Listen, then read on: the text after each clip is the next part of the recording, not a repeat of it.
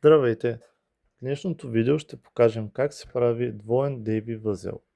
Започваме като вземем края на влакното и го прекараме през вирбела. След това връщаме влакното в обратна посока, така че да се получат две успоредни линии.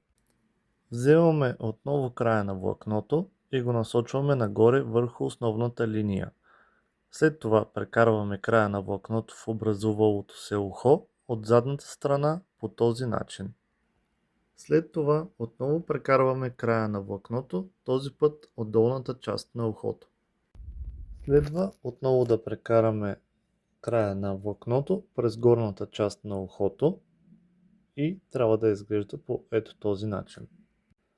Започваме затягането на възела, като едновременно издърпваме и края на линията и основната линия, докато не затегнем възела. Като предварително може да навлажните възела за по-добро стягане. Затягаме добре и готовият възел трябва да изглежда по ето този начин.